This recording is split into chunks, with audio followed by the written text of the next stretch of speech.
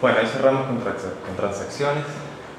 La clase pasada creo que debería estar clara ya la importancia un poco de esto.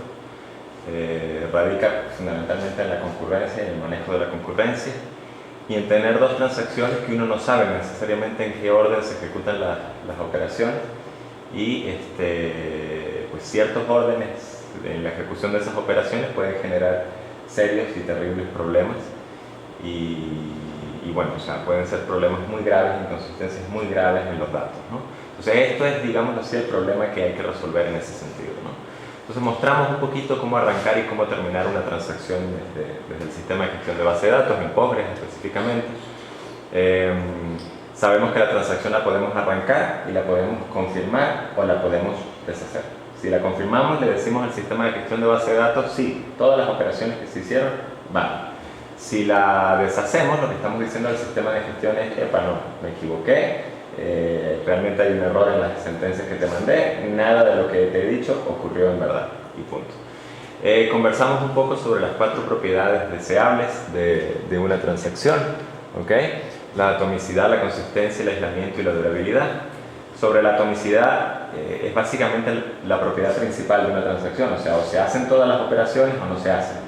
Si estoy transfiriendo dinero de una cuenta bancaria a otra, yo no puedo hacer la mitad de las operaciones, restarle dinero a una cuenta sin añadírselo a la otra. O yo no puedo añadirle dinero a la otra sin restarle a la cuenta de origen. O sea, alguien va a quedar muy descontento si eso llega a ocurrir. Entonces, o se hacen todas las operaciones o no se hacen, ¿no? ¿Y por qué puede fallar alguna operación? Bueno, por algún check, por algún problema de integridad, hay muchas razones, pero pueden ocurrir fallas. Se cayó el sistema de gestión de base de datos, explotó un disco duro, qué sé yo, por cualquier razón en ese sentido. La consistencia es que la idea es que si una transacción encuentra la base de datos en un estado consistente, la deje en un estado consistente. El aislamiento es en qué medida una transacción afecta a otra transacción, ¿okay? Y la durabilidad es que una vez que uno le dice commit al sistema de gestión de base de datos y el sistema de gestión de base de datos dice sí, eso ya está en base de datos, uno puede irse a dormir tranquilo sabiendo que eso efectivamente está en base de datos. Bueno, sobre el aislamiento conversamos que habían varios niveles de aislamiento y especificamos un poco de qué se trataba esto, ¿no? Entonces dijimos, bueno, por ejemplo, qué sé yo, en el nivel más bajo de aislamiento que tenemos aquí, read uncommitted, una transacción 1 puede leer los cambios que ha hecho otra transacción 2, así esos cambios no hayan sido confirmados. Entonces eso puede dar pie a potenciales errores, tal como ya los habíamos conversado anteriormente, ¿no? Y el nivel más alto de seriabilidad, de aislamiento, perdón, es serializable, y en serializable simple y llanamente una transacción no afecta a la otra, ¿ok? ¿Cómo se logra esto y cómo, o sea, cuando dos transacciones tratan de acceder a un mismo dato? Bueno, hay que ver un poquito más adelante, pero en principio funciona de esa manera, ¿no? Hicimos un resumen un poco de cómo Postgres maneja esto y de cómo uno en Postgres puede especificar los distintos niveles de aislamiento, y hasta experimentamos un poco para descubrir que el nivel por defecto de Postgres, si mal no recuerdo, es read committed, ¿bien? Y subimos los niveles de aislamiento para experimentar y darnos cuenta que sí, que esto en efecto está funcionando como dice la teoría, ¿bien? Luego empezamos a conversar de cómo hacen esto los sistemas de gestión de base de datos y dijimos que, bueno, conversamos un poco sobre los estados de la transacción y introdujimos el concepto de plan, y entonces, bueno, el plan tiene básicamente todas las instrucciones que hace la transacción, identificadas con el identificador de la transacción y la instrucción que se hace, y dijimos que, bueno, podían ser serializables o no serializables, planes en serie o planes no en serie, intercalados. Aquí Fanny hizo un comentario muy interesante y es en efecto, o sea, todos los planes en serie garantizan que no van a haber inconsistencias porque se ejecutan las transacciones una detrás de la otra, pero recalcamos un poco el por qué quizás tener puros planes en serie no era una situación ideal y real, ¿no? Entonces, bueno, dijimos que sería interesante tener alguna manera de saber cuándo un plan intercalado no es, digamos así, genera inconsistencias, y para eso introdujimos el concepto de operaciones conflictivas. Y en base a las operaciones conflictivas dijimos que podíamos tomar, por ejemplo, un plan que fuese intercalado e ir intercambiando operaciones que no estuviesen en conflicto, y si obteníamos un plan en serie, entonces eran equivalentes a ambos planes por conflictos, y por lo tanto este plan intercalado en paralelo no iba a generar inconsistencia, Fíjense, ese fue el hilo argumental básico, ¿no?, del asunto. Planteamos que esto era muy bonito, pero no era realmente muy eficiente, porque no era viable, digámoslo así, determinar si un plan era serializable o no a nivel de implementación, o sea, era algo que era muy costoso, ¿no? Y entonces dijimos que, bueno, que normalmente lo que uno hace en lugar de verificar la seriabilidad es implementar protocolos que garanticen que los planes que resulten sean serializables, ¿ok? Y hay dos protocolos fundamentales, que son los protocolos basados en bloqueos, que los vamos a conversar un poquito en clase, y los protocolos basados en marcas de tiempo, que no vamos a entrar realmente mucho en detalle aquí en clase, ¿no? Entonces, para hacernos una idea de lo que está sucediendo. Y básicamente quedamos aquí, si mal no recuerdo, ¿no? Entonces, fíjense, el concepto de bloqueo, digámoslo así, es bastante simple, en verdad.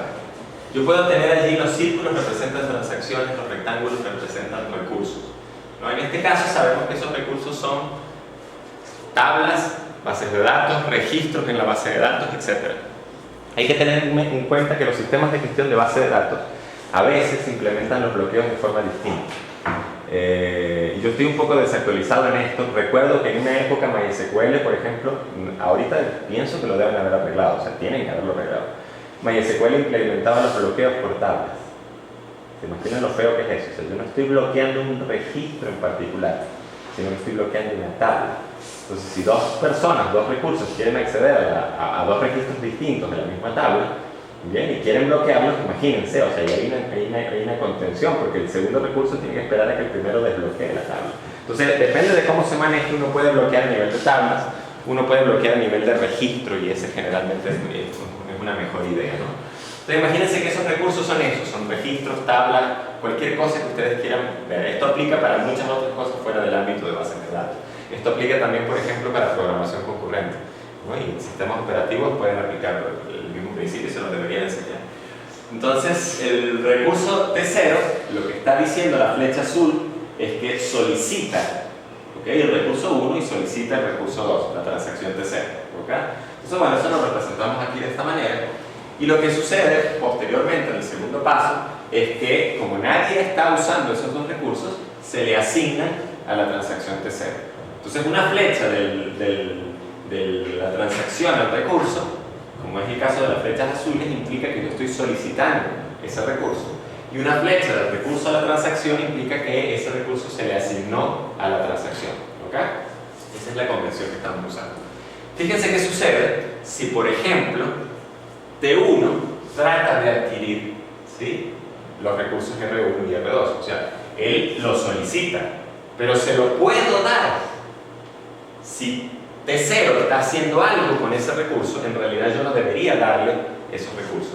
Tengo que esperar a que T0 termine de hacer lo que sea que tiene que hacer con esos recursos y luego le doy los recursos, ¿ok? Si se ponen a pensar un poco, esta estrategia, o sea, bloquear todos los recursos, garantiza la seriabilidad. Garantiza la seriabilidad, ¿por qué? Porque si miran este plan, por ejemplo, T0 tomó el recurso A, ¿okay?, es de ella, es de esa transacción. Luego, cuando viene T1 y trata de tomar el recurso A, yo le voy a decir, tú no puedes tomar el recurso A, te aguantas ahí hasta que T0 termine de hacer lo que sea que esté haciendo y libere el recurso A. Entonces, ¿qué sucede? O sea, estas operaciones en particular no se intercalan, sino que se mantienen en serie. Entonces logramos un poco el efecto que planteaba Fania de ¿por qué no hacer todas las transacciones en serie? Y yo respondo a eso, bueno, no, ¿por qué no hacer todas las transacciones en serie, sino solo aquellas que están entrando en conflicto? Entonces así uno garantiza que si hay una transacción que no tiene nada que ver con esta, perfectamente puede ejecutarse en paralelo porque no comparten recursos. Pero si tengo una transacción aquí que sí tiene que ver con este, que está usando recursos que esta necesita, entonces esta se tranca hasta que esta libere los recursos. ¿Sí, Fanny? O sea, ese es, digámoslo así, un compromiso intermedio interesante. Entonces, bueno, T1 dice, yo no puedo hacer nada porque los dos recursos que necesito los tiene T0. Eventualmente, T0 libera el recurso 1 y como lo tenía pedido T1, se le asigna a T1, ¿ok? T1 puede proceder, todavía no, potencialmente porque está esperando por R2. T0 eventualmente libera R2 y R2 es adquirido por T1 y entonces ahora T1 perfectamente puede proceder porque tiene los dos recursos que necesita eventualmente ambas transacciones liberan todos los recursos y todo sigue su curso. ¿Ok? Eso suena muy bonito. ¿Qué inconvenientes creen que tendrá?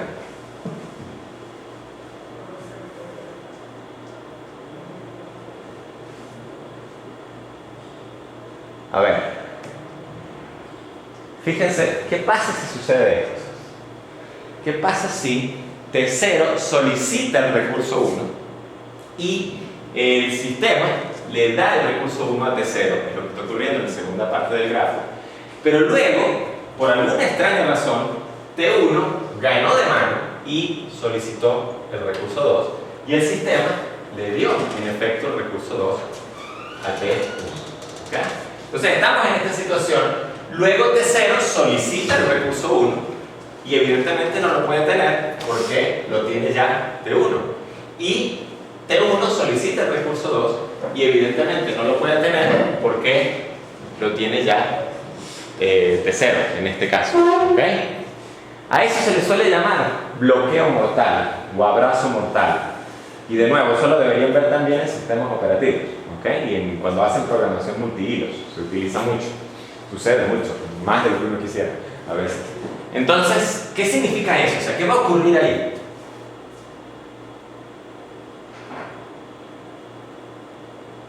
En algún momento T0 va a resolver su problema y va a liberar los recursos.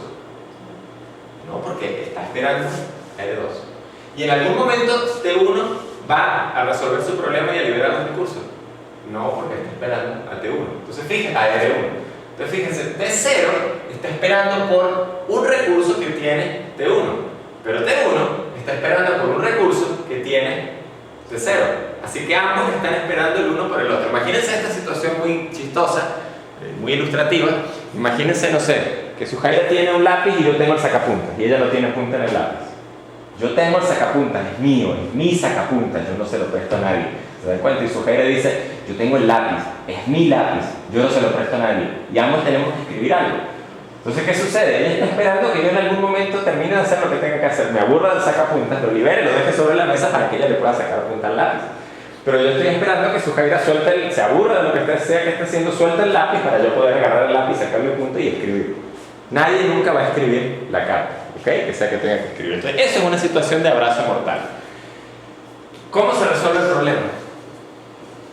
Si ustedes fueran el gestor de base de datos y ustedes están diciendo, sí, vamos a permitir en las transacciones bloquear los recursos, y ustedes están viendo todo desde arriba y están viendo todas las transacciones que están bloqueando los recursos y se enfrentan a esta situación, ¿cómo lo resuelven?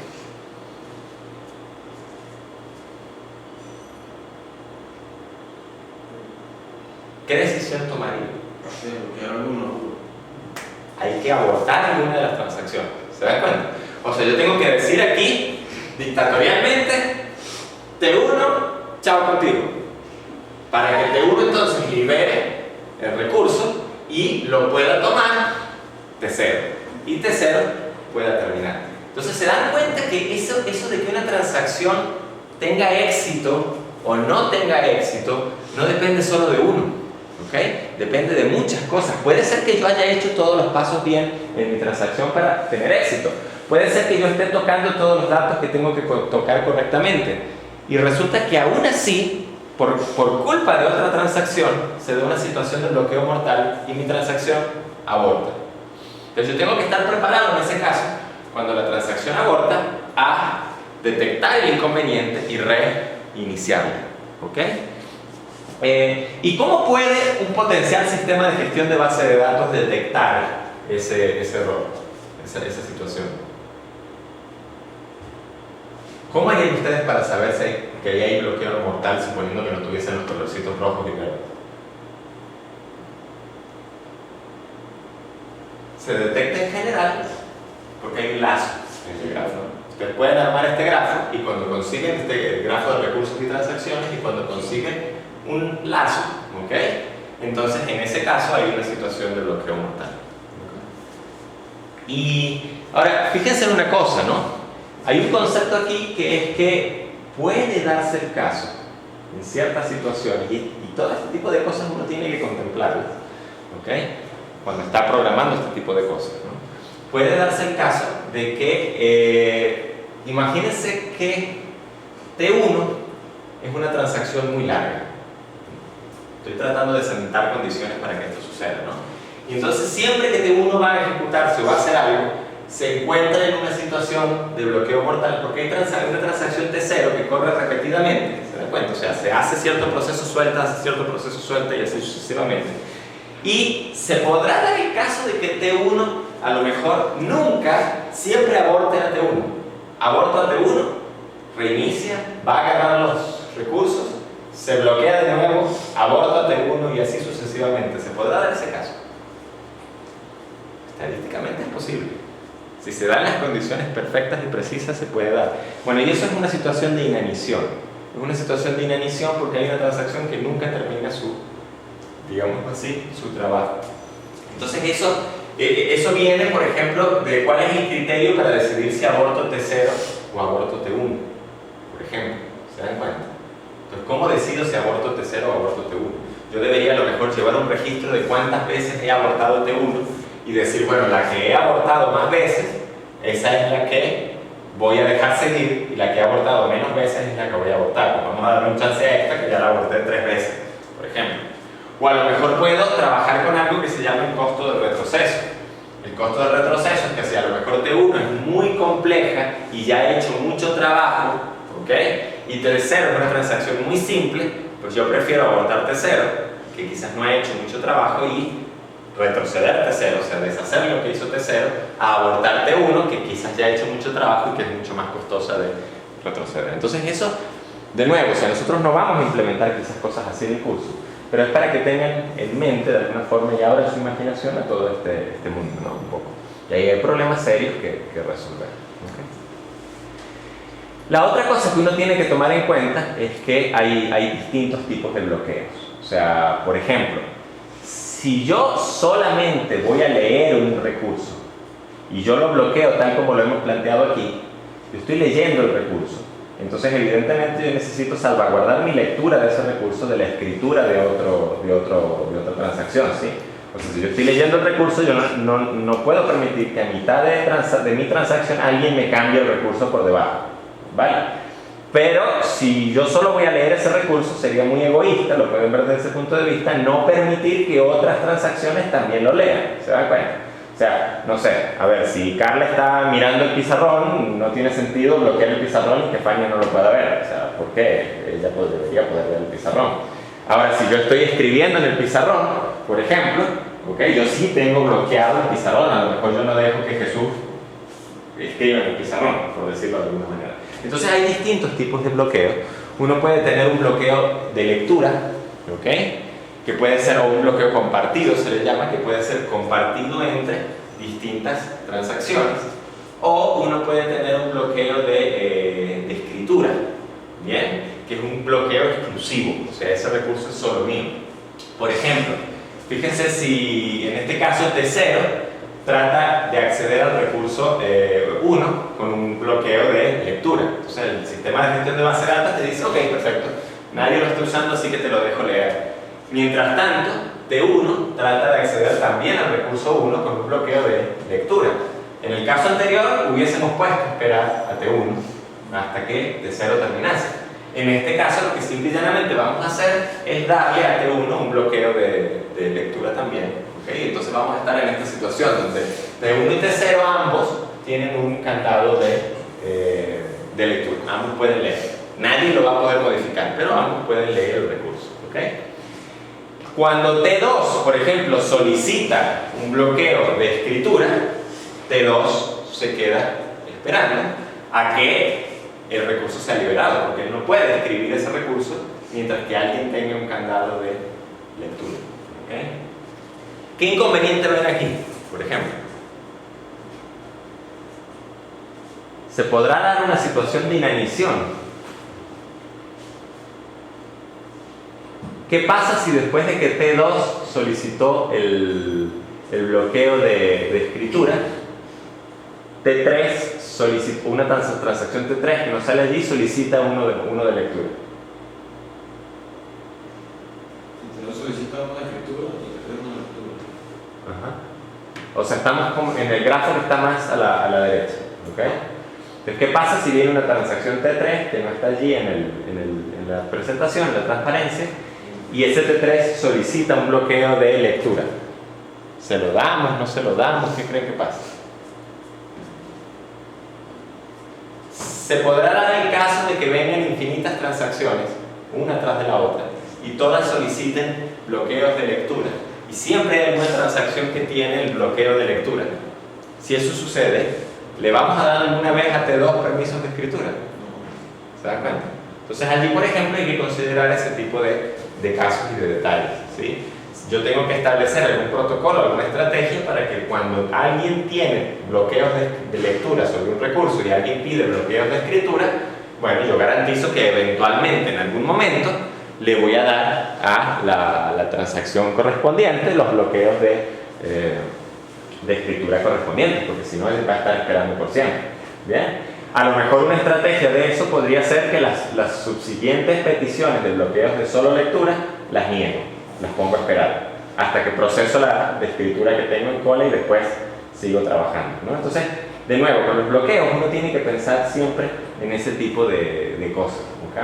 O sea, a veces si uno no es cuidadoso son más los problemas que genera que los que resuelve. Entonces, es una herramienta muy útil, pero hay que tomarla en mente en ese sentido, ¿no?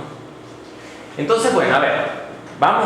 Con nuestra nueva herramienta de bloqueos, vamos a tratar de resolver el problema de serialización que teníamos. Entonces vamos a tratar de hacer un ejemplo. Se supone que los bloqueos nos resuelven el problema. Fíjense, vamos a asumir que A y B, ¿okay? A más B valen 3000, que A valía 1000, ese era el ejemplo inicial que teníamos, vamos a ver si es el mismo, y que B valía 2000. Entonces, ¿qué están haciendo las transacciones? Vamos a pensar un poquito. A ver, T0 bloquea A, o sea, A es solo de él y es un bloque E, entonces eso significa un bloqueo de exclusivo o de escritura, como lo quieran ver. Entonces bloquea A, lee A, que vale 1000, le suma 50, así que A va a valer para T0, después de ese punto, va a valer 1050. Bien, escribe A en la base de datos, o sea, A en base de datos va a valer 1050, entonces lo voy a poner en azul, y desbloquea A, o sea, aquí bloqueó A, y aquí desbloqueó A y hizo el cambio. Ahora, fíjense que en algún momento, después de la primera instrucción de T0, a lo mejor T1 trató de acceder a A, pero no le di el recurso A porque estaba bloqueado. Solo aquí, después de que desbloqueó A, es que la transacción T1 en efecto pudo empezar a ejecutarse, y por lo tanto, digamos así, el proceso siguió su curso. Ahora, la transacción 1 está bloqueando A, está pidiendo un candado compartido en este caso, está leyendo A, que valió 1050, bien, está desbloqueando A, ya no necesito A, está bloqueando B, está leyendo B, que vale 2000, y esto debe ser en rojo porque no está escribiendo. ¿Okay?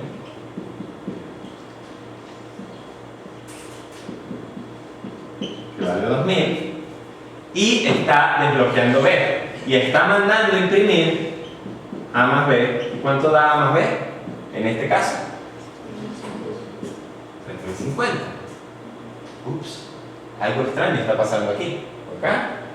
Él no está escribiendo nada. Fíjense que luego la transacción 0 bloquea B, solo escritura, lee B y le resta B 50, así que ahora B vale 1950 y escribe B. O sea, aquí él está, después de que ocurre esta transacción, aquí él está diciendo, bueno, B vale 1950 en memoria y lo escribe en la base de datos y B vale 1950. En pocas palabras, si esta suma se hubiese hecho aquí, hubiese dado el resultado correcto. Pero en lugar de eso, obtuvimos un resultado incorrecto. ¿Bien? ¿Cuál será el problema? Estamos bloqueando los recursos. Se supone que eso nos resolvía todos los problemas que teníamos. ¿Qué está sucediendo aquí? ¿A alguien se le ocurre?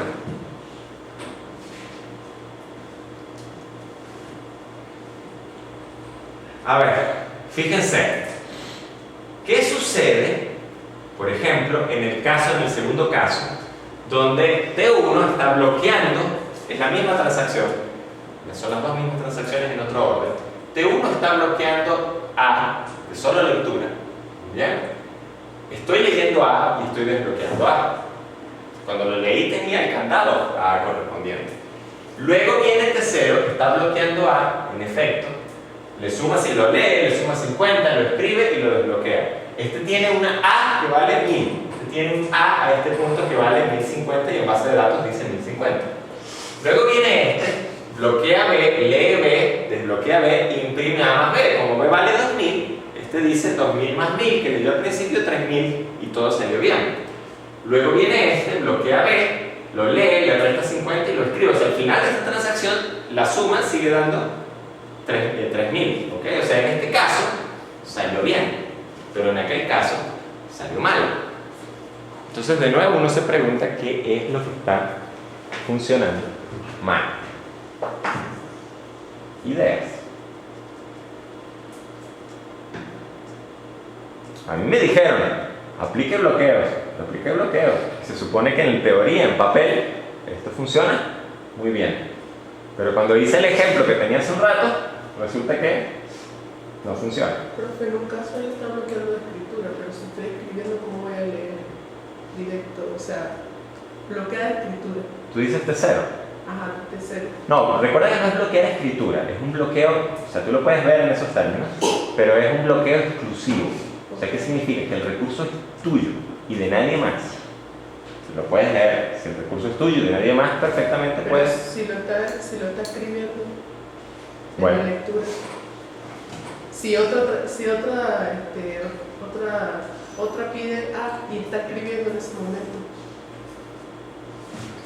No, No, porque no puede. fíjate en algo, o sea, mientras que tú estés entre ese block E, A y este desblock A, nadie puede tocar A. Porque en el momento en que, si lo ves como una función, imagínate que block EA es como un procedimiento que tú estás invocando, ¿ok?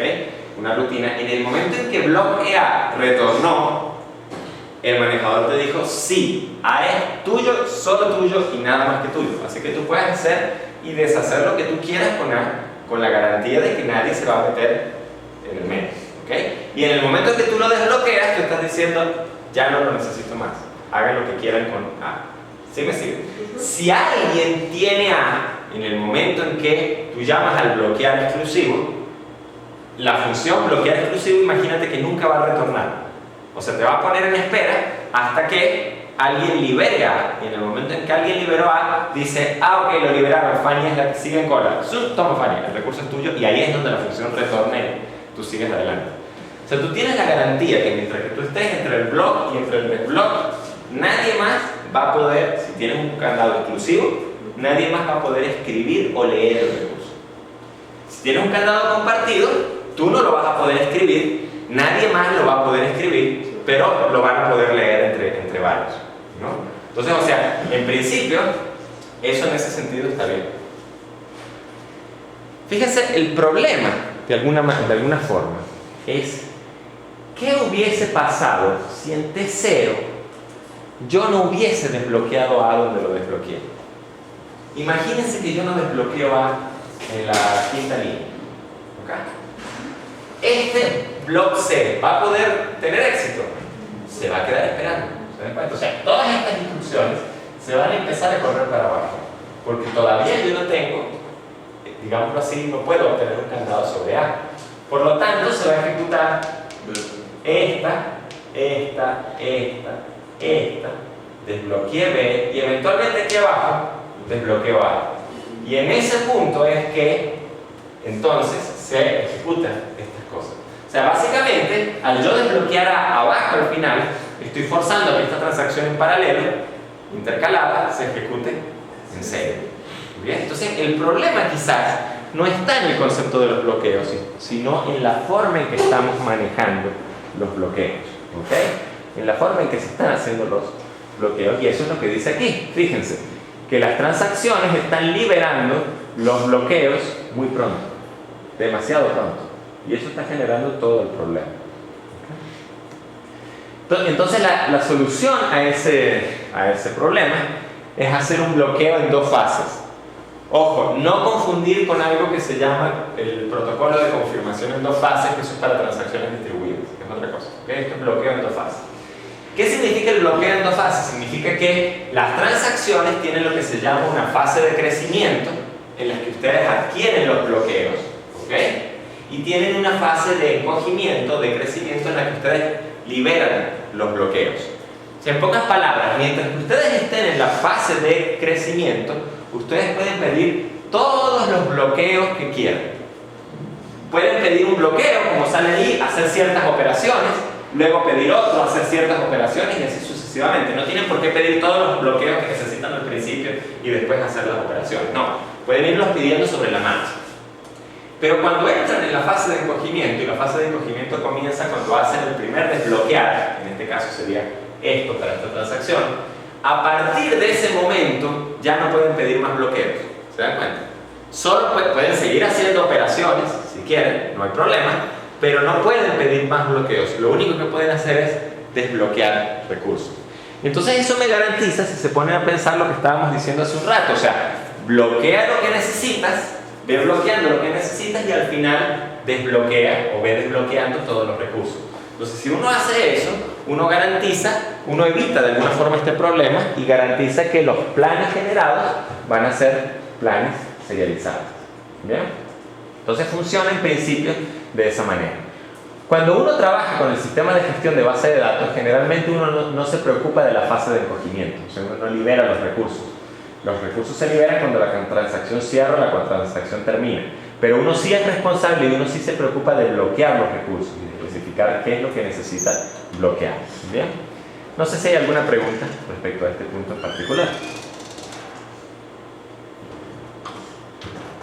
Bien, la pregunta que nos hacemos ahora, podemos jugar un poquito con esto, es, bueno, ¿cómo hacemos esto? ¿Cómo implementamos esto de alguna forma en Postgres, en el sistema de gestión de base de datos? Déjenme ver un poquito.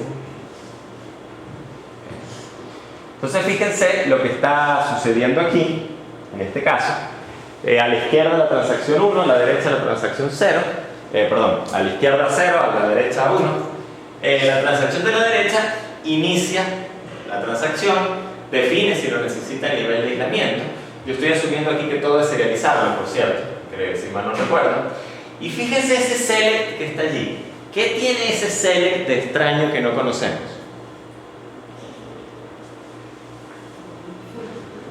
El forUpdate, ese no nos lo habían presentado. Bueno, el forUpdate lo que hace es que todos los registros resultantes de esa consulta, sea uno o sean muchos, los bloquea para actualización, o sea, forUpdate, para actualizar. O sea, en pocas palabras, lo que les está dando es un candado exclusivo sobre todos esos registros. Entonces, cuando ustedes hacen un select forUpdate dentro de una transacción, los registros resultantes son de ustedes, solo de ustedes y nada más de ustedes, ¿ok? Entonces, bueno, ustedes después de hacer eso pueden perfectamente hacer un update sobre eso con toda la tranquilidad de que no están alterando o afectando otras transacciones y finalmente hacen un commit. Y cuando hacen el commit es que todos los candados que habían adquirido en el select forUpdate terminan y se desbloquean, ¿ok? Entonces, ¿qué sucede? Por ejemplo, fíjense, noten que aquí el select forUpdate lo estoy haciendo sobre el registro cuyo código es 1. Si asumimos que el ID es el código, la clave es el código, eso va a ser un solo registro. ¿Qué pasa si las instrucciones se intercalan de esta manera? O sea, ¿qué pasa si otra transacción añade su transacción, por ejemplo, y después, inmediatamente después de que esta hizo el select forUpdate, trata ella también de hacer un select forUpdate para el mismo registro? Lo que sucede es que esta transacción se bloquea hasta que esta hace commit.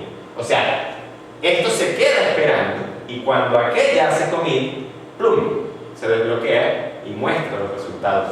Los resultados obviamente actualizados con los cambios que hizo esa transacción si los hizo. ¿Bien? Y entonces después de eso es que ella recién puede hacer el update y el commit. O sea, básicamente yo te aguanto aquí en el select hasta que te pueda dar el candado, y cuando te pueda dar el candado, sigues adelante y te doy permiso para continuar. El que dijo ayer de alguna forma que mencionó, ayer, antes de ayer, el martes, mencionó semáforos. Eso lo podemos hacer con semáforos, seguramente está viendo sistemas operativos, creo que fue Jonathan, no está aquí ahorita. Si se ponen a pensar, es eso. Estoy implementando bloqueos, estoy implementando semáforos. ¿Bien? Sucede que a veces pasa esto, por ejemplo, la transacción de la izquierda, arranca la transacción, hace un select for update para aquel departamento cuyo código es 1. Perfecto. Te doy el candado de alguna forma y te devuelvo los registros. La segunda transacción en simultáneo hace un select for update para aquel departamento cuyo código es 2. Perfecto, nadie tiene un candado, así que te lo devuelvo y te lo doy. Y la primera transacción hace un select for update para aquel departamento cuyo código es 2. Ella tiene un candado sobre el 1, si se ponen a pensar, y aquí está pidiendo 1 sobre el 2. Pero no se lo puedo dar porque ya lo tiene la transacción 1. Entonces, eventualmente, si la transacción 1 hace cualquier otra tontería y termina, esta va a poder seguir su curso y terminar. Pero fíjese lo que hace la transacción 1. Hace un select for update para el departamento cuyo código es 1. Y resulta que ese lo tiene ya 1. Por lo tanto, esta nunca va a terminar porque aquella tiene el candado sobre el departamento cuyo código es 1. Y aquella nunca va a poder terminar porque esta, que está esperando a aquella, tiene el candado sobre el departamento cuyo código es 2. O sea, están en una situación de abrazo mortal. Entonces, fíjense lo que hace el sistema de gestión de base de datos. El sistema de gestión de base de datos se da cuenta de la situación y a esta transacción le dice error, situación de deadlock, de abrazo mortal detectada, y aborta esta transacción. Entonces, una vez que aborta esta transacción, esta libera todos los candados que tenía asociados y esta, por lo tanto, puede seguir su ejecución tranquilamente. ¿Bien?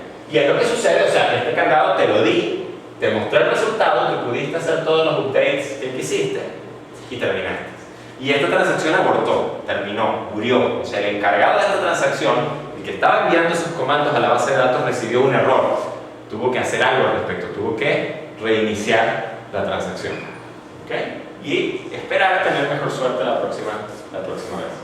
Como la transacción abortó, cualquier cambio que se hubiese hecho anteriormente es como si nunca hubiese sucedido. Así que el que está haciendo, digámoslo así, esta transacción no tiene que tomar contramedidas. ¿Sí me siguen? No tiene que deshacer cosas y puede asumir que el sistema de gestión de base de datos deshizo cualquier cambio que se pudo haber hecho y simplemente tiene que volver a empezar cualquier proceso que haya empezado. ¿Okay? Entonces ese va a ser básicamente el ejemplo. Ahorita pues vamos a jugar un rato con el sistema de gestión de base de datos y vamos a hacer el que dice ahí el cartel que falta un ejemplo del update for share, entonces lo vamos a poner. Ahí la prioridad sería en la primera transacción que se inició, la primera que... No, realmente ahí habría que ver cuál es el algoritmo que está usando el sistema de gestión de... lo hace, ¿no? Ella empezó primero y... Lo que pasa es que eso de empezar primero o después es muy relativo. De nuevo te digo, ahí habría que ver cuál es el algoritmo que está usando. Fíjate que tú puedes venir aquí nos hacemos la pregunta de cómo se resuelve ese abrazo mortal. Se puede dar una condición de inanición. O sea, ¿cómo haces tú, por ejemplo, para que la transacción de la derecha, imagínate un caso en el que siempre tenga mala suerte y siempre sea la primera que arranca esta? Y entonces esta siempre aborta. Esas condiciones extrañas, atípicas, anómalas, por más que parezca raro, por más que uno diga, no, eso es imposible que eso pueda suceder, pasa. Esas cosas locas pasan. Entonces, ¿qué estrategia define uno para evitar que la transacción de la derecha se muera siempre de inanición? Tú puedes decir, por ejemplo, poner un count, darle un identificador a la transacción y decir, bueno, esta transacción ya la aborté una vez. Entonces, la próxima vez, si tengo que decidir qué transacción aborto, uno agarra y uno dice, bueno, a ver, tengo que abortar una que he abortado 0 veces y una que ya he abortado una vez. ¿Cuál voy a abortar? la que ya he abortado para asegurarme que la estoy sirviendo esta vez, ¿ok?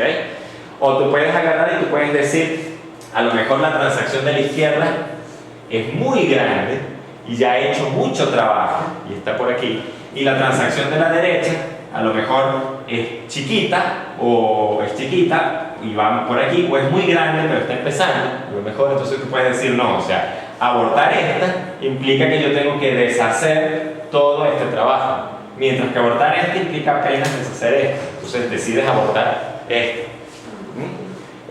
Puedes también ponerle una marca de tiempo a la transacción. Entonces puedes decir, bueno, esta comenzó en tal fecha y esta comenzó en tal fecha, entonces aborto la más nueva. ¿Por qué? Porque la más vieja se supone que a lo mejor ya la he empezado varias veces, entonces eso es lo que tengo que hacer. Entonces allí tienes que definir estrategias. Realmente no sé decirte en este momento qué algoritmo está utilizando Postgres, habría que ir al manual y revisar a ver cuál es el algoritmo que está utilizando el criterio, ¿ok? Pero generalmente uno no tiene que preocuparse mucho por esto cuando estás diseñando y programando y desarrollando con bases de datos. Te preocuparías por esto si estuvieras o bien implementando un sistema de gestión de base de datos, o hackeando Postgres e implementando algo allá dentro del sistema de gestión de base de datos, o si estuvieras quizás, que es algo que no cubre este curso, entonando el sistema de gestión de base de datos, ¿no? O sea, afinando los algoritmos y ese tipo de cosas para optimizarlos, ¿no? Pero eso es ya otra historia y es otro mundo completamente distinto y nuevo. ¿Bien? Entonces, bueno, ojo, lo que se ha dado en este curso no es la totalidad de lo que uno puede decir de transacciones. Esto es un tema muy amplio, como les comento. Entonces existen otras variantes y otras consideraciones a la hora de realizar bloqueos y de hacer esto. Y bueno, por favor, evidentemente revisen la documentación de su sistema de gestión de base de datos. Por ejemplo, la mayor parte de las características de transacciones en MySQL no funcionan si están utilizando MySAM. ¿Se acuerdan que yo les comenté eso un poquito? Creo que está aquí en la presentación. A ver. Solo por curiosidad. Aquí estaba. Fíjese, para que esto funcione en MySQL, las tablas deben utilizar InnoDB. InnoDB es un motor de persistencia, o sea, es el que gestiona los archivos en físico en la base de datos, ¿no? Y no MySAM, que es otro motor de persistencia.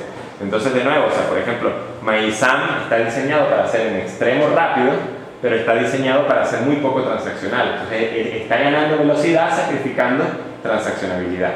Entonces, ustedes tienen, por ejemplo, un sitio web donde lo que van a hacer es generar muchos resultados. O sea, básicamente le están mostrando muchas cosas al usuario, por lo tanto están haciendo muchas consultas al sistema de gestión de base de datos, pero tienen muy poca concurrencia de escritura, o sea, tienen muy poca gente escribiendo realmente, y no están haciendo operaciones financieras, por ejemplo, en las que se pueden perder cosas. Entonces no hay problema, pueden perfectamente usar MySAM y están ganando de hecho velocidad en las salidas. Pero si ustedes están haciendo un sistema, por ejemplo, que lleva a operaciones financieras, saca cuentas con números y hace ese tipo de cosas, que tiene operaciones delicadas en ese sentido, deberían utilizar deberían utilizar un sistema que soporte transacciones y bueno, están sacrificando obviamente velocidad en ese sentido porque eso tiene un precio, ¿no? Entonces, de nuevo, son cosas que hay que tener en mente. Ahorita les muestro un ejemplo con MySQL y MySAM. Y yo siempre sufro con esto porque nunca me acuerdo de cómo es que uno tiene que decirle que use InnoDB, entonces siempre termino yendo al manual, pero para que se den cuenta que las transacciones simplemente no funcionan en MySQL con MySAM. O sea, el comportamiento no es el que uno espera. Entonces vamos a jugar un poquito con esto.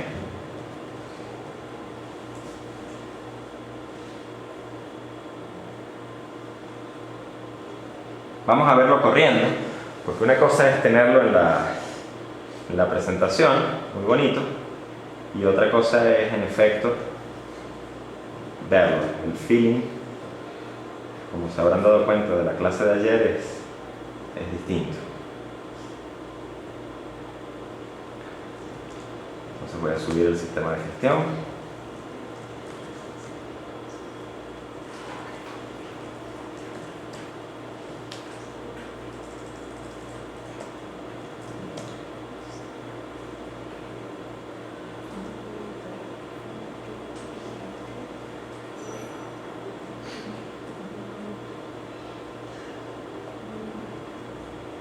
No tienen ni idea de lo que voy a sufrir por no tener mouse. Yo tengo uno aquí. Si lo tiene. O sea, si lo tienes y no me lo prestas es que quieres verme realmente hacer mi vida miserable. Gracias.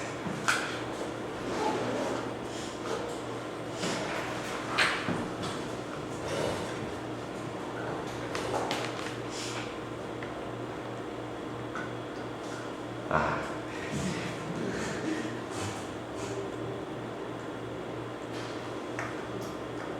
Ok. Tengo una.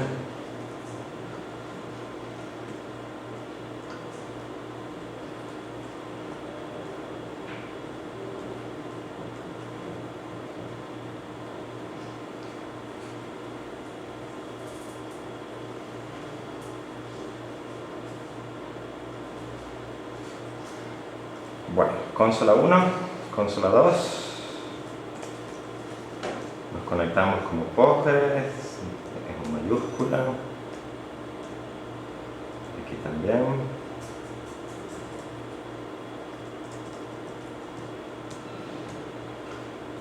Entonces nos conectamos a la base de datos test.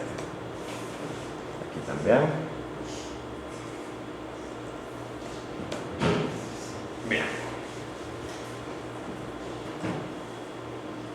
A ver qué tablas tenemos acá para jugar. Ok, la que teníamos el otro día. A ver qué registros hay ahí. Bien, tenemos 3 registros, eso es suficiente para jugar. Entonces vamos a hacer una cosa. Vamos a arrancar una transacción. Fíjense, begin transaction. Ahí está. Entonces ahora vamos a hacer un select for update, obtener un candado de escritura, a ver cómo está funcionando esto. Select asterisco from foo, where id, id es igual a 1 for update. Perfecto, me lo digo. Ahora aquí abajo voy a arrancar otra transacción. Begin transaction, ahí está. Y voy a hacer exactamente este mismo select. A ver. ¿Se dan cuenta? El select simple y llanamente nunca retornó. El tipo está diciendo, no, yo no te puedo dar ese recurso porque ese recurso ya lo tiene la transacción de arriba de forma exclusiva. Entonces ahora asuman que aquí le cambiamos la edad. O sea, aquí le decimos update foo set edad igual a 1, where id igual a 1. Ahí vamos. Hizo el update y ahora hago un commit y termino la transacción. En el momento en que haga el commit, estén pendientes en el de abajo. Fíjense, ahí voy, enter. El de abajo libera y dice, ya el de arriba liberó los recursos, toma. Estoy dando ahora el recurso correspondiente. ¿Ok? Entonces funciona en principio de esa manera. Si lo hacemos con un candado compartido, por cierto, que es lo que no está en el ejemplo, fíjense, si yo le doy begin transaction, pácata, digo select asterisco, pero en lugar de for update, uno le dice, si mal no recuerdo, for share. A ver. Ah, bueno, fíjense en algo. La transacción de abajo todavía tiene el candado de escritura. Así que hasta que yo no la cierre, vamos a hacer un rollback. Vamos a hacer algo interesante, miren, vamos a hacer update foo set edad igual a 10 where id igual a 1, ¿ok? Le cambié la edad, se supone. Si yo dentro de esta misma transacción vuelvo a hacer un select, la edad ya me muestra 10, porque se supone que yo la cambié, así que me la tiene que mostrar con el cambio correspondiente. Pero si yo ahora le doy un rollback, estoy abortando todas las operaciones que he hecho, por lo tanto arriba el resultado debería ser 1, si mal no recuerdo, ¿ok? A ver, 1, perfecto, esto está funcionando como debería. Entonces ahí tengo el candado for share. Abajo voy a arrancar una transacción, otra transacción, ahí vamos, y voy a hacer el mismo select, solo que lo voy a hacer también for share. Entonces el sistema de gestión de base de datos dice, ok, perfecto, léelo, no hay problema.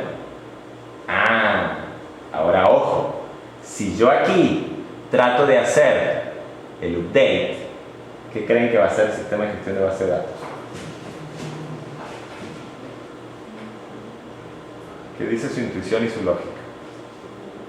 No me va a dejar, me va a decir, epa, ¿qué te pasa? Tú estás tratando de actualizar algo que no tiene, que tiene un candado de solo lectura sobre ese algo. Voy. Ah, se quedó bloqueado. ¿Por qué creen que se quedó bloqueado? No, ok, no dio un error, pero cuando estoy haciendo el update, el tipo dice, ya va, tú tienes un candado de lectura, yo no te lo puedo dar. Lo que sí puedo hacer es tratar de escalar ese candado de lectura a un candado de escritura. Entonces allí, a pesar de que tengo un candado de lectura, cuando trato de hacer la ejecución, la actualización, el sistema de gestión de base de datos está tratando de escalar ese candado de lectura a un candado de escritura. Como no puede, porque hay otras transacciones que también tienen un candado de lectura, te pone a esperar hasta que realmente yo pueda escalar y darte el candado de... ¿Y si se hace lo mismo abajo? Ah, ¿qué pasa si se hace lo mismo abajo? A ver. En principio, si te soy sincero, no tengo ni idea de qué va a ocurrir. Vamos a ver. O sea, debería manejar la situación coherentemente, eso sí te lo puedo decir. Sí, vamos a poner 13. ¿Te das cuenta? O sea, el tipo se dio cuenta, hicimos un abrazo mortal con un solo recurso. Eso fue lo que sucedió. Vamos a dibujarlo en la pizarra para tener una idea un poco más clara. ¿Okay? Miren, tenemos D0 y tenemos D1. ¿Bien? Entonces aquí tenemos el recurso, que en este caso era nuestra fila, tú lo dividías 1. ¿Vale? ¿Qué sucedió aquí? Sucedió que T0 pidió un candado de lectura y se lo dieron. En negro son los de lectura. T1 pidió un candado de lectura y obviamente se lo dieron. Pero se dio el caso de que T0 quiso subir ese candado a un candado de escritura al hacer el update. Por lo tanto, ella se quedó esperando por ese recurso. ¿Bien? Y T1 quiso hacer lo mismo, quiso subir su candado y obtener un candado de escritura exclusivo. Entonces, ambas transacciones están esperando por el recurso. La única forma de que esto se dé es que tú le des ese recurso, en efecto, a una de ellas. En realidad, si me preguntan, debería darle el recurso a una de ellas, dejarla trabajar y cuando esto termine, darle el recurso a la otra. La implementación en particular, fíjense, está volteando. ¿El update se hace con la misma edad que se pasó arriba? ¿Cómo? O sea, si en el abajo en vez de haber puesto edad igual a si se ponía la... Va a darte exactamente el mismo error. No importa. O sea, sinceramente, si quieres lo probamos, ¿ok? Vamos a hacer la prueba. Aquí hacemos un commit y aquí la transacción ya murió, ¿ok? Por si acaso vamos a hacer un rollback, no hace falta. No creo, sinceramente, y ojo, recuerden que esto ya empieza a depender de la implementación. No creo, sinceramente, que el sistema de gestión de base de datos se ponga a ver esos pequeños detalles. Podemos probarlo, ¿ok? Cuando tengan esas dudas siempre, prueben. Es la mejor forma de salir de dudas. Ok, obtenemos el candado for share. Obtenemos el candado for share. ¿Sí? Aquí trato de hacer un update y de ponerle edad 10. ¿Sí? Y obviamente no puedo. Aquí trato de hacer un update y de poner la misma edad. Vamos a ver. Es interesante saber qué pasa. Mi predicción, me puedo equivocar, es que se va a estrellar. Sí, en efecto, él no se pone a ver si... ¿Ok? Fíjense que si no tratamos de hacer eso, o sea, volvemos a correr la transacción, entonces hacemos el begin y hacemos el begin aquí. Bueno, aquí tuvimos que haberle dado rollback si hacía falta. Y aquí hacemos select for share. Ahora sí, begin, select for share, y aquí trato de hacer el update. Bien, cuando esta hace el commit o el rollback, se supone que está liberando el último candado de escritura que le queda, y por lo tanto, la de arriba puede en efecto hacer el update. Bien, y bueno, puede finalizar la transacción. Entonces, en principio, los bloqueos funcionan así. Fíjense, ya vieron el abrazo mortal. Podemos crear un abrazo mortal con dos recursos. A ver, vamos a construirlo. Arranco la transacción, hago un select for update, vamos a hacerlo. For update para el recurso cuyo ID es 1. Y aquí arranco la transacción y hago un select for update para el recurso cuyo ID es 2. En efecto, ambos selects funcionan. Este hace un select for update para el recurso cuyo ID es 2. Se queda esperando porque evidentemente el de abajo tiene el candado. Y este hace un select for update para el recurso cuyo ID es 1. ¿Okay? Fíjense, en principio pareciera un poco que lo que asumió Fanny hace un rato, de que es la primera transacción que comenzó la que realmente tiene éxito, pareciera que va por ese lado, ¿no? Ojo, no lo podemos aseverar con los resultados de los experimentos que hemos estado haciendo, pero hasta ahora siempre ha abortado la transacción de abajo, que es la que empezamos después y la que hace la solicitud correspondiente, ¿no? Ahí podemos hacer un experimento muy rápido.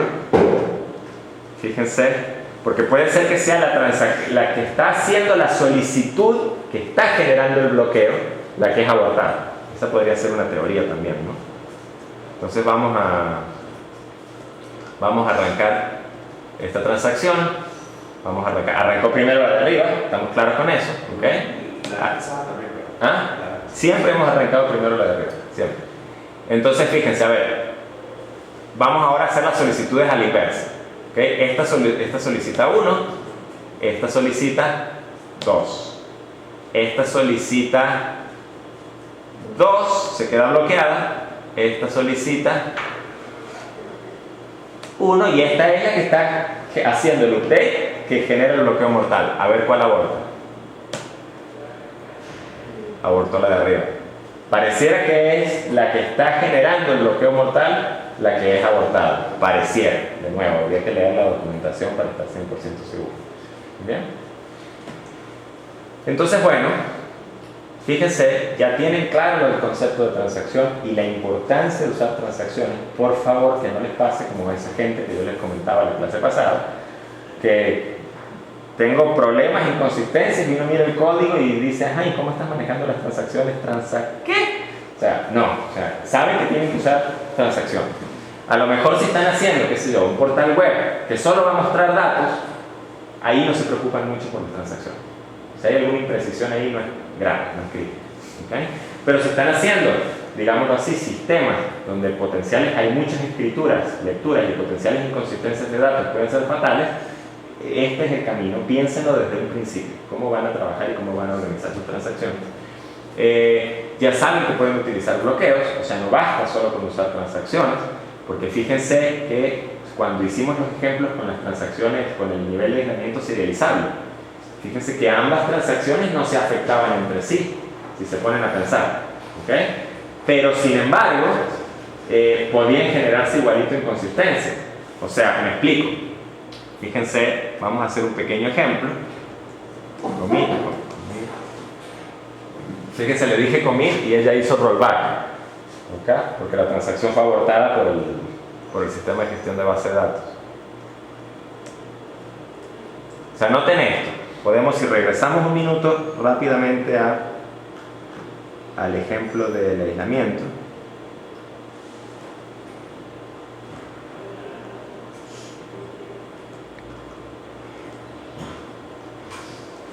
Aquí. Entonces, si arrancamos aquí una transacción, por ejemplo, y le decimos set isolation levels, no, set transaction isolation levels, creo.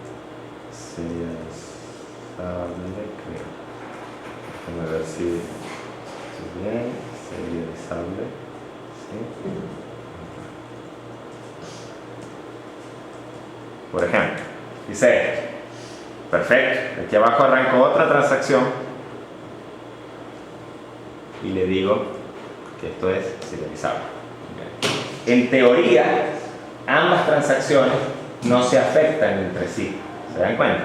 Entonces, si yo hago aquí, por ejemplo, un select asterisco from foo, estoy viendo foo, tal cual. Pero si yo hago aquí un update foo set edad igual a 10, igual a 9, where id igual a 3, por ejemplo. Si yo hago eso, él hace el update. Y si yo hago un select aquí, asterisco from foo, él dice 9. Pero si yo hago el select arriba, él sigue diciendo 30. ¿Se dan cuenta? Que igualito, a pesar, o sea, el hecho de que dos transacciones no se estorben entre sí, o de que los cambios que haga una no los vea la otra, por más bonito que eso pueda resultar, en teoría, nos puede llevar a inconsistencia. Porque la transacción de arriba está pensando en términos de que la edad de aquel registro cuyo ID es 3 vale 30, pero la transacción de abajo está trabajando en función de otro valor distinto. Entonces, eso puede generar una potencial inconsistencia. Si yo detecto que allí puede surgir una potencial inconsistencia, la solución es que las transacciones bloqueen ese registro, hagan lo que tienen que hacer con ese registro y después terminen y liberen el registro, para que la de arriba se quede esperando o la de abajo se quede esperando en la modificación y no me cambie algo en función de lo que está trabajando la transacción de arriba. Dime, Sujeta. El orden se cambió probablemente por la última actualización. O sea, fíjate que el último registro que actualizamos fue el del ID 3, ¿sí? Entonces él estaba arriba porque se ve que teníamos tiempo que no lo habíamos actualizado, y Postgres, el orden en el que te muestran los registros tiene que ver con la última actualización realizada. Bien, entonces él se está poniendo al final. En cualquier caso, eso lo que te refuerza es el hecho de que tú no puedes contar en lo absoluto con el orden en el que vienen los registros. Si tú necesitas un orden particular, tú pides un order by, ¿no? A nosotros nos pasó eso con MySQL, cuando éramos un poco novatos. MySQL te devuelve los registros siempre en el mismo orden. Entonces, cuando pasamos a Oracle, teníamos una aplicación hecha en MySQL que dependía del orden de la devolución de los registros, y cuando pasamos a Oracle, los resultados fueron muy chistosos. ¿Ok? Entonces hubo que hacerlo explícito. ¿Bien? Entonces está claro este principio. ¿Bien? Fíjense que en MySQL, vamos a jugar un poquito con MySQL, 5 minutos. Si uno dice MySQL, bueno, este sí es el minúscula root. Ok. MySQL, root. MySQL show databases. Ok. Y es use test, el nombre de la base de datos. Y es show tables. Okay. Entonces aquí use test y vamos a ver qué datos hay ahí. Select asterisco si hay algo que nos sirve. From. La tabla que creó Tefu, esa no la puede ver de este.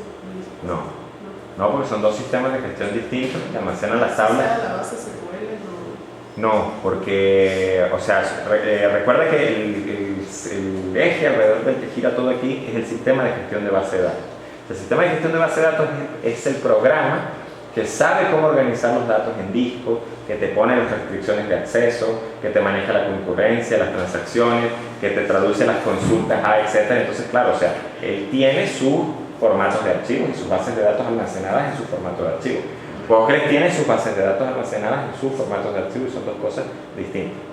Lo que tú sí puedes hacer es que, por ejemplo, si tienes una base de datos en Postgres y la quieres migrar a MySQL, entonces tú generas de Postgres el script correspondiente. Hay herramientas que te pueden hacer la migración probablemente automáticamente, o si lo quieres hacer a mano, tú generas el script de la base de datos en Postgres, acomodas en ese script los detalles que son distintos con respecto a MySQL y después alimentas ese script a MySQL para que él cargue los datos correspondientes de él.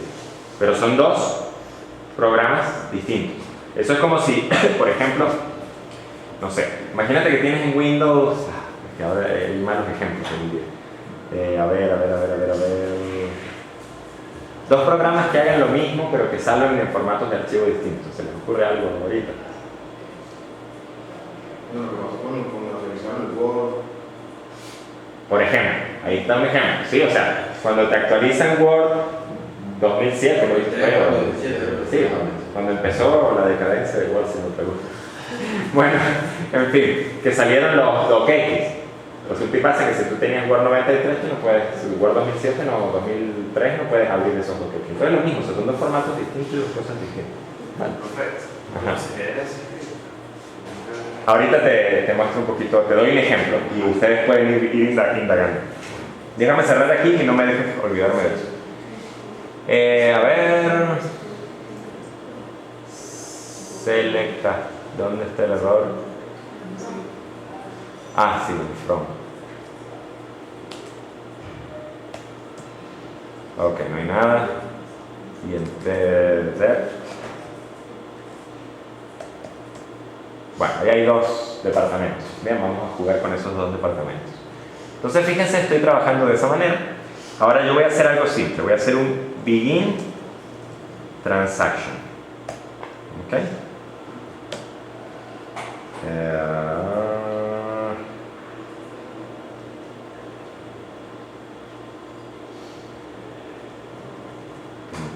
Creo que entonces MySQL es begin.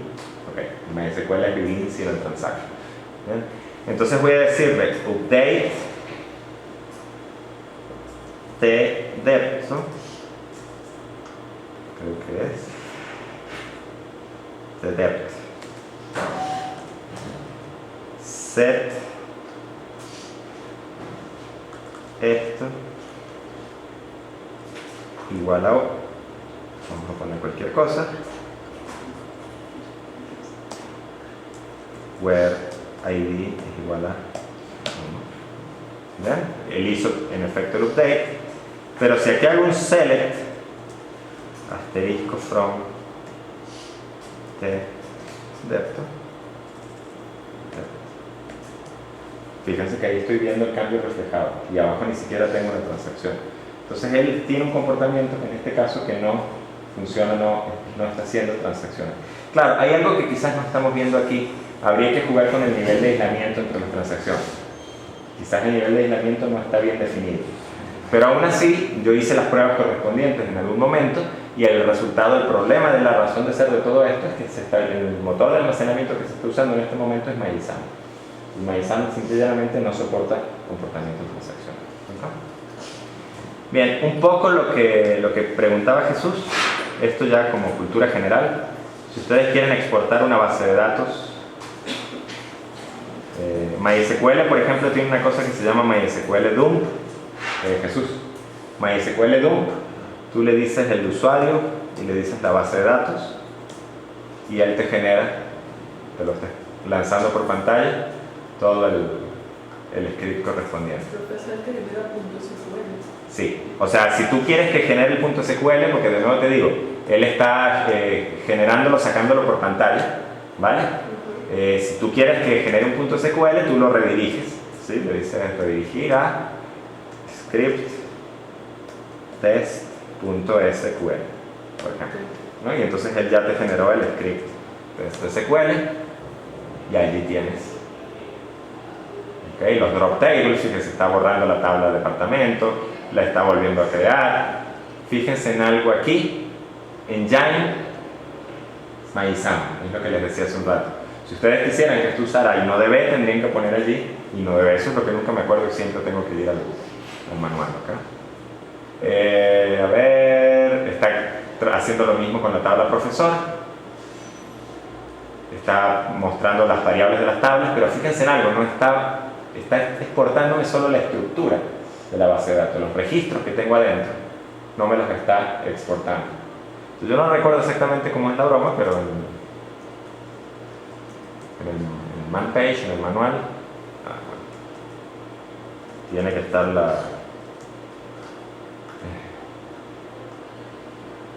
algún lugar aquí hay una opción que se encarga de exportar la data. Hay que sentarse a leer un rato, ¿no? No raw information, no autocommit, a ver. Porque eso fue lo que hizo la preparadora, ¿no? Nos dio los .sql y sacó todo lo que registra también. Claro, y a ustedes les importan, sí, pero ella no los exportó de la base de datos, ella hizo los scripts a mano, que eso también lo pueden hacer. O sea, fíjense que cuando ustedes están usando Hibernate, por ejemplo, no se tienen que preocupar por crear las tablas, porque cuando ustedes corren el programa con Hibernate, si las tablas no existen, él las crea automáticamente. Pero si ustedes no estuvieran usando Hibernate y estuvieran desarrollando un sistema de gestión de base de datos, lo más probable es que tuviesen que hacer un script que dijese create table tal cosa, create table tal cosa, create table tal cosa. Y no solo son las tablas, a veces uno también tiene que poner carga inicial. Imagínense que tienen un sistema web, necesitan poner un superusuario, un usuario, y eso es insertar un usuario en la tabla pay user, por ejemplo. Entonces eso es poner en ese script mismo un insert into pay user, bla bla bla, los datos básicos del superusuario. El Hibernate crea la base, no, el Hibernate crea las tablas, pero la base de datos no. Sí. La base de datos sí la creas tú y le tienes que dar permiso. ¿Okay? Entonces, bueno, aquí eventualmente, o sea, de nuevo, pregúntenme dónde, ¿no? O sea, a ponerme a buscar en clases, aquí a mitad de la clase, exactamente cuál es la clave correspondiente, no es muy elegante. Pero, a ver, en algún lugar tiene que estar aquí la... Pero el script ya tenía como un documento completado, o sea, ya no fue que había un documento y no se escribió. ¿Cómo? Que el documento de las puntos en Word tenía como documentación y cosas comentadas. Ah, bueno, a lo mejor lo generó de allí, sí, o sea, realmente no sé cómo lo hizo, en principio. A lo mejor sí, lo insertó y lo generó de acá. ¿Okay? Habría que preguntarle a Ana entonces cuál es la opción. ¿Okay? Si no, yo le dije, entonces le dije. Sí, o sea, de nuevo, estoy seguro que es una opción tonta de aquí que hay que sentarse a buscar. Así de simple. ¿Okay? Bueno, gente. ¿Preguntas? ¿Estamos claros? Siguiente clase, para cerrar ya con todo lo que tiene que ver con SQL, ¿sí? Vamos a hablar sobre seguridad. Seguridad y vistas, un poquito en sistemas de gestión de base de datos. Y después de que terminemos con eso, digámoslo así, acabamos con la parte técnica, entre comillas. O sea, ya sabemos la seguridad, sabemos transacciones, sabemos SQL, o sea, ya podemos programar y trabajar todo lo que queramos. ¿Bien? Entonces, después de eso, nos vamos a concentrar en... Eso es una clase, la clase de seguridad, básicamente.